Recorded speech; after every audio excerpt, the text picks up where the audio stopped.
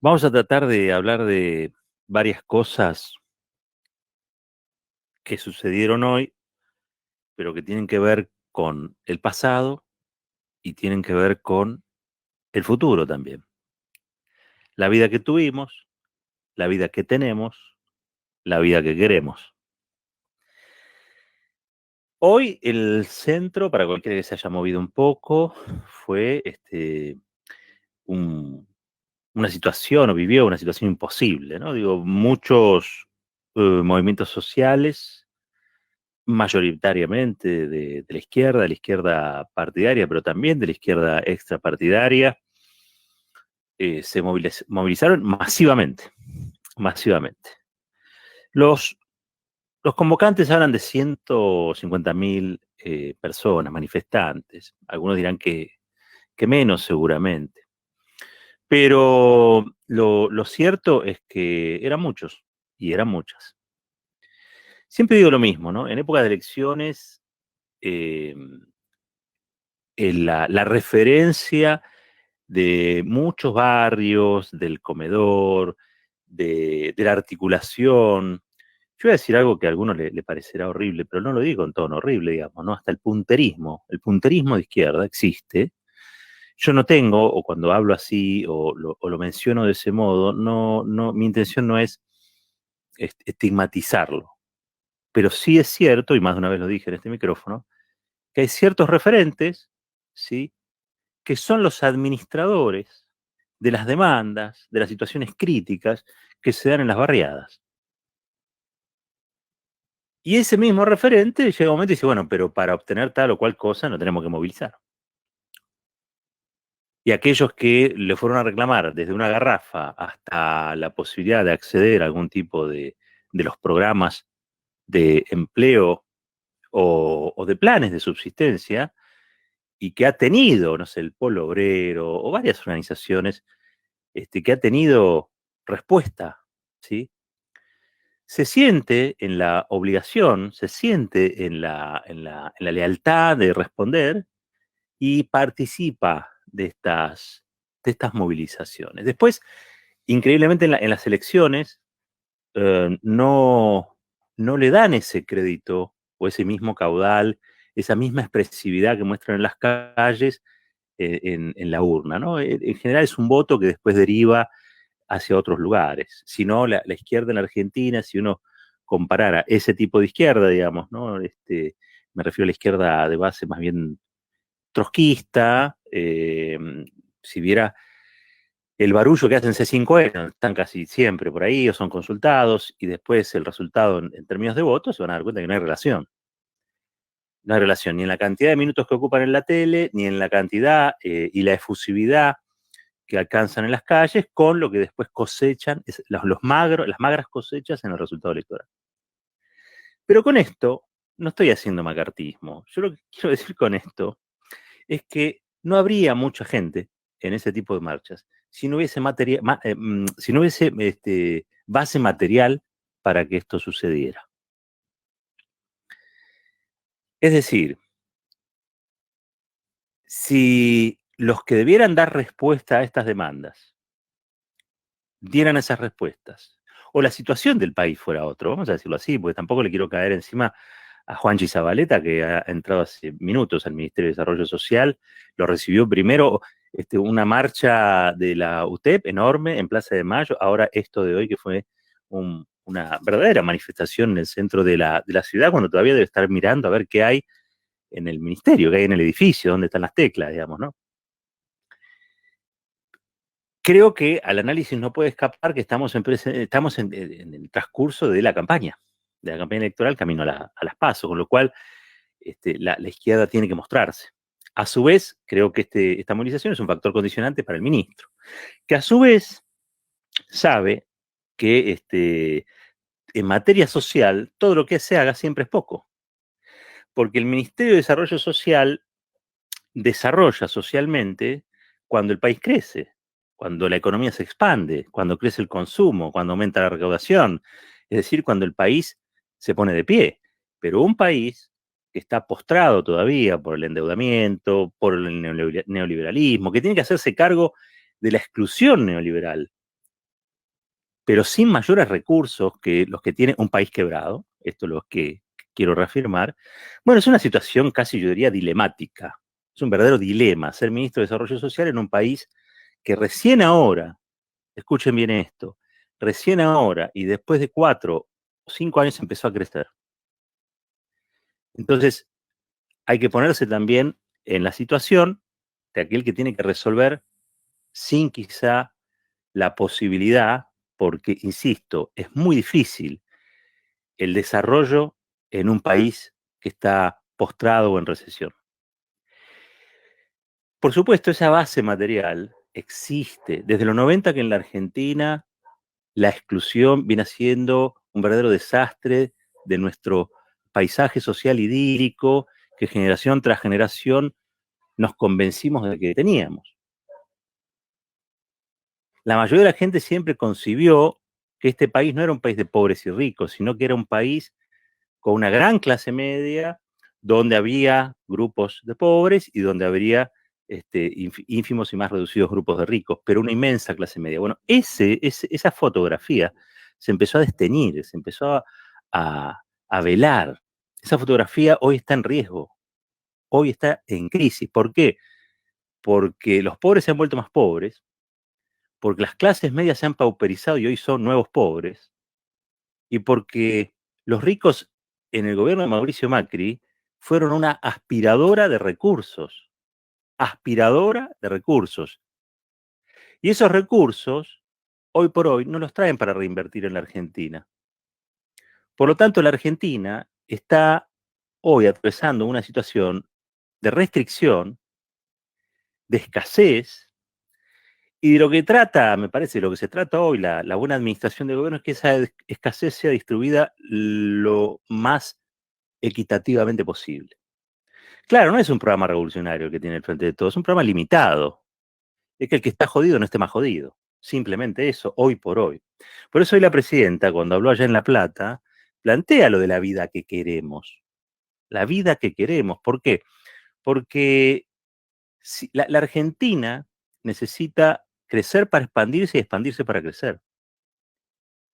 Este país, si uno quiere verlo desplegar toda su potencialidad, necesita, y ella lo dijo bien, necesita varios gobiernos para construir la posibilidad de que, y ahora les voy a dar otro detalle de la realidad en la que vivimos, construir la posibilidad de un desarrollo que sea un desarrollo potente, que sea un desarrollo inclusivo, que sea un desarrollo también convencido, porque en la Argentina han proliferado en los últimos años, gracias al macrismo, o por culpa del macrismo, vamos a decirlo mejor, una cantidad de chantas, que son estos que todavía andan por la televisión, dando las recetas mágicas de las soluciones a todas las cosas. No los voy a mencionar porque ya los conocemos.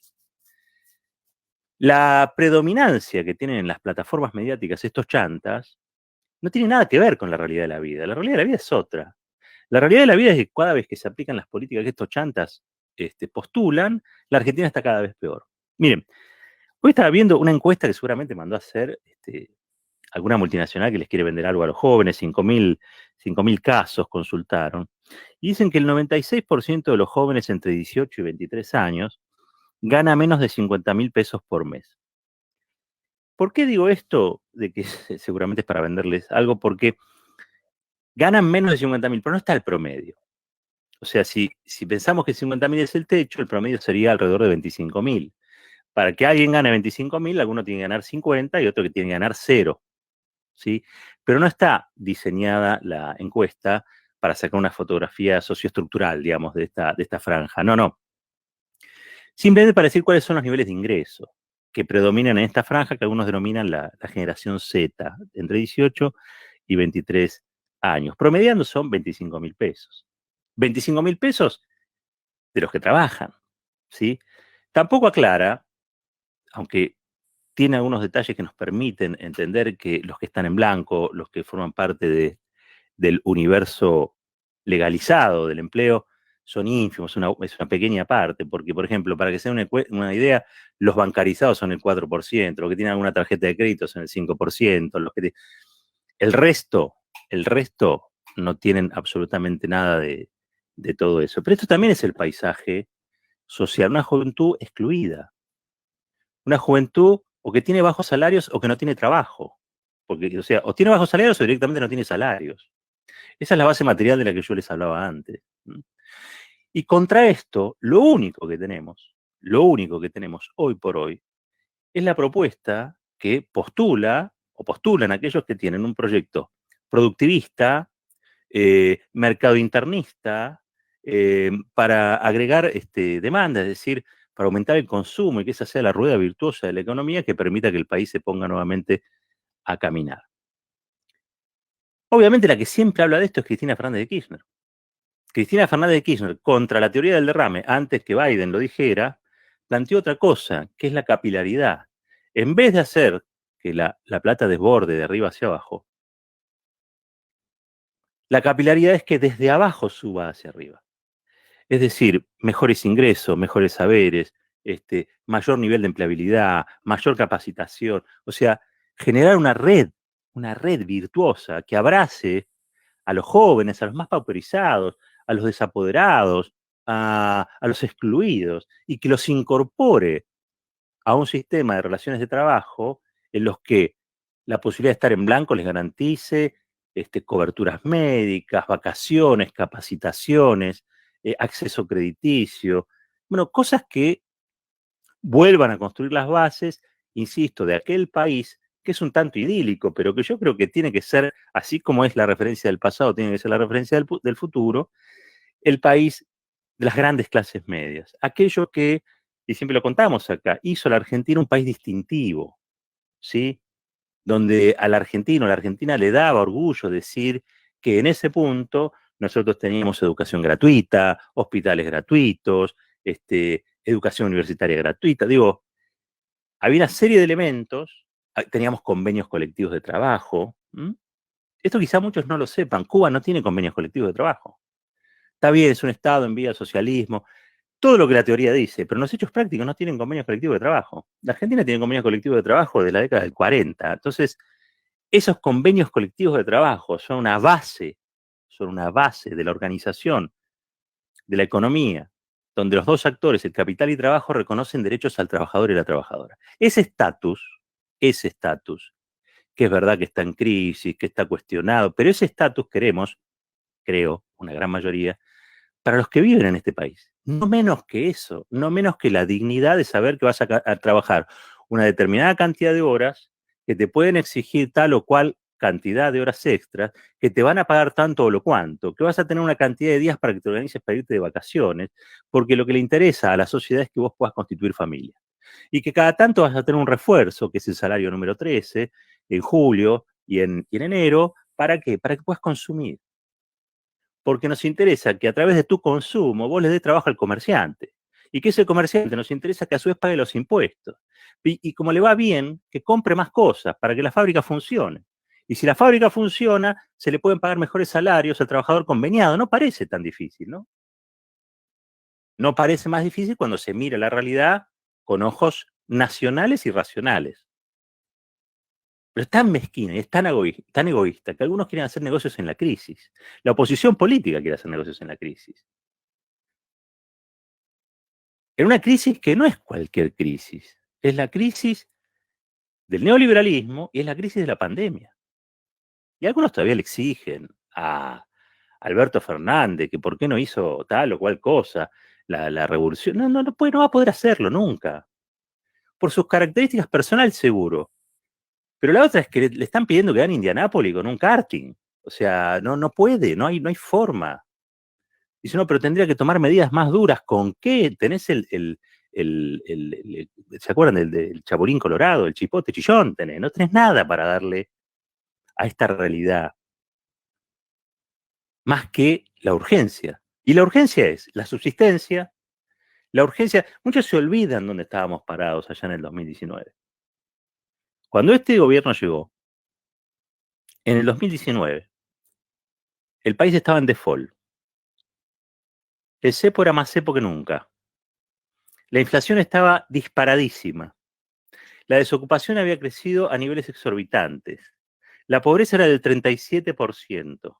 La economía estaba, escuchen esto, desquiciada. desquiciada. Se había tomado una deuda que no había forma de pagar. Y es más, es impagable. Yo no sé cómo piensan que nos van a cobrar. A veces me agarro de la mesa, me agarro de la silla, pero es impagable. Si no hay modificación, si no dan más plazos, si no hacen una quita, si no le bajan el interés, es impagable. La contrajo Macri, ¿eh? No la contrajo Alberto Fernández. Y todo ese deterioro, Alberto tuvo un enorme error, una decisión que fue realmente errada de él, de su equipo de gobierno, de su gabinete, de la prensa, de la comunicación, de todos, que fue no comunicar el estado del deterioro. Seguir haciendo como, bueno, vamos a hacer para que la gente no entre en cambio, en pánico, bueno, esta calamidad la llevamos adelante. ¿No? Digo, che, el auto está pinchado, la cuatro ruedas, no tiene nafta, no tiene bujía, empujemos. Empujemos y a todos les vamos a decir que tenemos un auto. Che, pero un auto sin motor no es auto, no importa. Digámosle a la gente que al menos quedó un auto. Eso fue lo que hizo Alberto Fernández. Pero la verdad que tomó un país que ni siquiera era una brasa, porque las brasas están encendidas. Esto era ceniza. Y no eran las cenizas del paraíso, eran las cenizas de un saqueo. Entonces, yo entiendo a aquellos que le exigen y yo me sumo a muchas de esas exigencias, pero no pierdo de vista dónde estamos parados. No pierdo de vista y trato de no perder la vista nunca contra qué lidiamos. ¿Me molestan ciertas tibiezas? Sí, lo reconozco. Me molesta porque creo que son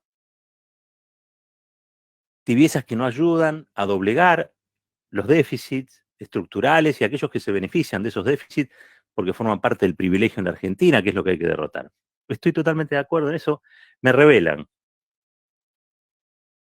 Pero tampoco soy de los que se suben a un barco, están arriba de un barco y están todo el día tratando de pinchar el fondo. No, no, no, no. Eso no. Eso se lo podés dejar a las expresiones políticas testimoniales, a los que viven en una nube gaseosa, a los que siempre pretenden más y nunca dieron nada, a los que no pueden valorar ni siquiera el hecho de levantarse todos los días y agradecer, aunque sea mínimamente, que este país tan enquilombado es el de uno, el propio. Hay gente que a la vida la mira torcido. ¿Qué le vamos a hacer? Estar enojados con un montón de cosas. Y yo las comprendo. Argentina tiene variados motivos y razones para a veces sentirse el último orejón del tarro, para, para hacer la queja. Somos un país donde hay tango, somos un país donde hay samba, escuchen la música y vamos a ver que este es un país de lamentaciones, muchas de ellas razonables, muchas de ellas ancladas en reclamos muy legítimos, en vivencias muy legítimas, en despojos de mucho tiempo. Pero también es cierto que vivimos en un país donde hay cosas que siguen siendo sólidas, que siguen siendo materiales. Y esas cosas sólidas y materiales son nuestras universidades, nuestras fábricas, nuestros trabajos y empleos, nuestra economía, por más deteriorada que esté, sigue siendo este un país de desarrollo intermedio, que hace satélites y reactores nucleares. Y que vendiendo poroto de soja para que coman los chanchos chinos, consiguió este año unos 20.000 millones de dólares. No sé, es una cosa de locos. La Argentina, si se organiza, si se pone orden, como dijo Cristina, la Argentina sale más rápido. Y en eso hay que apostar a que ese orden es hijo de la organización, de la estabilidad. Hay que hacer esfuerzo por tranquilizar las variantes, como dicen los que saben, pero fundamentalmente para saber que esto no es de un día para el otro. Destruir un país lleva 4 años, ponerlo nuevamente de pie no se puede hacer en un año y medio. Ahora, si todo lo analizamos en función de las demandas, como hace la izquierda que hoy se movilizó, los movimientos sociales que hoy se movilizaron a través de esas izquierdas, siempre va a ser insuficiente cualquier cosa que se haga, porque esa demanda es lo fundamental. La izquierda reclama porque no tiene la responsabilidad del país. Y está bien que reclame. No hay ningún problema con eso. Pero no es esa la responsabilidad que tiene el gobierno. El gobierno es otra cosa, tratar de responder y tratar de explicar y tratar de predicar también. Yo creo que Cristina lo explica muy bien, muchísimo mejor que muchos de los funcionarios. Yo creo que ayer lo decíamos, Cristina para mí es dirigenta de dirigentes. Es una pedagoga de la política.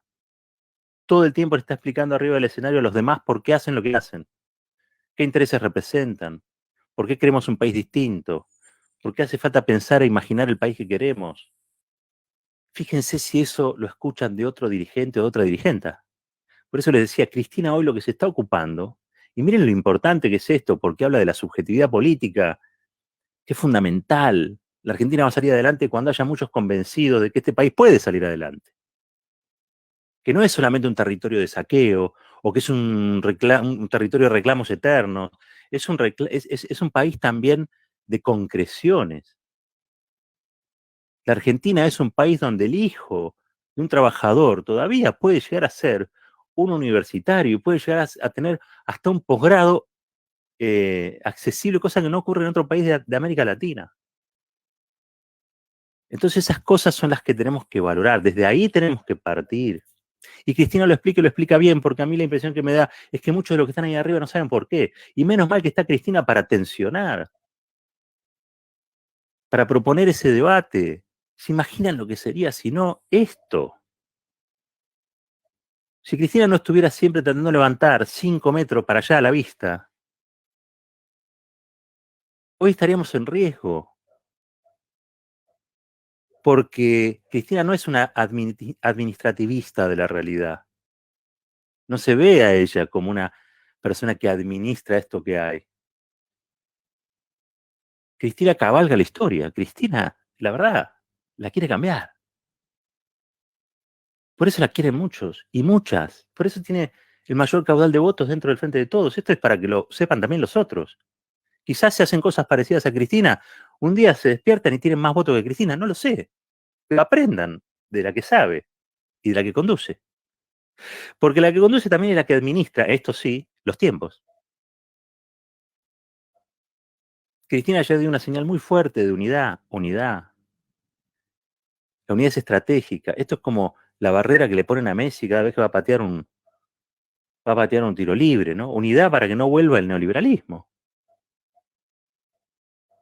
Y viste que se le tiran atrás de la barrera todos ahí en el piso, de cualquier manera, porque saben que el gol puede venir de cualquier lado. Bueno, una coalición de las características que tiene el Frente de Todos es eso, una gran barrera para que no vuelva el neoliberalismo. Perfecto. Ahora también Cristina lo que postula es, imaginemos también que podemos ganar, imaginemos que podemos hacer algún gol, no seamos solo barrera, imaginemos que algún gol se puede hacer. ¿Y saben quiénes son los que más saben esto? ¿Quiénes son los que saben que Cristina es más que el resto y es la pedagoga de una clase política que se insubordina, que es insurgente frente al estado de cosas que proponen el establishment, las corporaciones, Clarín, Techín? ¿Saben quién es el que lo sabe? El establishment, las corporaciones. Si no, escuchen esto que los voy a hacer escuchar. Este es Es una inflexión imperativa. Sí. No es yo te sugiero, pienso que pone orden, hace esto. Sí. Cristina es mala, ¿eh? Cristina es mala. Cristina es mala. Bueno, este es el doctor Nelson Castro. Ustedes lo saben. Cuando se queda sin palabras, porque ahora le cuestionaban el tono imperativo, pone orden. Como si Cristina hubiera dicho solamente pone orden, ¿no? Pero ayer, eso fue en el acto de la Isla Maciel en Avellaneda. Pero cuando ella dice eso, dice un montón de otras cosas más. Pero ellos hacen ese recorte. Y hacen ese recorte porque una sociedad machista, que una mujer digan que los demás tienen que poner orden y no la mujer la que pone la casa en orden, la que limpia, ordena y qué sé yo, ya de por sí es una insubordinación, ¿sí? Pero por el otro lado, saben mejor que nadie, saben mejor que Randazzo, saben mejor que Labaña, saben mejor que todos estos que dicen que van a solucionar las cosas y que ellos también son nacionales y populares, pero que en realidad Cristina esto y Cristina lo otro. Nelson Castro, que no habla por él, sino que habla por las corporaciones que representa, por los grupos económicos que están detrás de los medios donde trabaja, ¿sí? Por Hernán Lombardi, por Mauricio Macri, por el grupo Clarín, por Mañeto, saben que la única barrera que ellos tienen para terminar de consagrar una sociedad de pobres y ricos exclusivamente en la Argentina, la posibilidad que ellos tienen de consagrar un país con flexibilización laboral, con un mundo laboral fuera de convenios, con ese paisaje donde ellos pueden dar esos planes que reclaman los movimientos sociales de la izquierda que hoy vimos en el centro, esa dádiva sistematizada, saben que la única barrera que tienen para construir ese país ideal, utópico, neoliberal que tienen en la cabeza es Cristina Fernández de Kirchner. Por eso están desesperados. Por eso, cuando ya no saben qué decirle, saben que le dicen, es mala, es mala, es mala, son como chicos. Es un infantilismo. Siempre se habló del infantilismo de la izquierda. En los clásicos de la literatura marxista, leninista, el infantilismo. Poco se habla del infantilismo de la derecha. Se han quedado sin argumentos, se han quedado sin candidato. El candidato que va por ello dice que no conoce a Macri. El nombre que tenían se lo dejaron de poner. Ya no se llaman Cambiemos, no sabemos cómo se llama. Y la que era la esperanza blanca de esa derecha fantástica que venía a enterrar el populismo, rajó de la provincia de Buenos Aires porque saben que no la vota nadie y se fue a la ciudad, el santuario de la derecha en la Argentina, desgraciadamente hoy, que es la ciudad Cava. Entonces están desesperados, eso es, porque si uno analiza a esta derecha infantil desde los diarios que ellos mismos publican, son todos unos genios. Lilita parece una estratega política, Esper parece un genio que sabe de todo. Aparece cualquiera diciendo cualquier cosa y es un premio Nobel. Son los que destrozaron el país hace un año y medio atrás. Pero te puede aparecer Prat Gay, te puede aparecer Sturzenegger, te puede aparecer Duhovne, te aparece el que era ministro de Salud, te aparece el que era ministro de Cultura. Los tratan como si fueran embajadores de la OEA, de la ONU. Son unos desfachatados. Son unos desfachatados. Entonces hay que acostumbrarse, y esto es un ejercicio, y con esto termino, analizarlos desde lo que vemos, no desde las plataformas que exhiben cómo ellos se ven a sí mismos. Como ellos se ven a sí mismos son siempre geniales.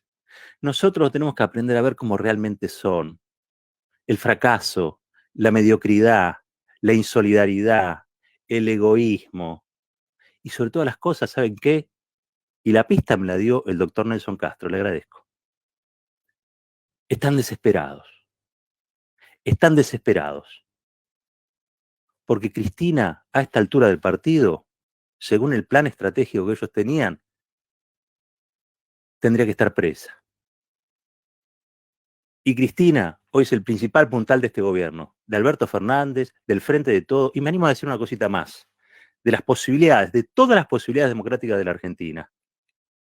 Hoy estaba allí, en el Estadio de La Plata, en el Estadio Único, hablándole a la dirigencia, fundamentalmente, del Frente de Todos, una dirigenta de dirigentes,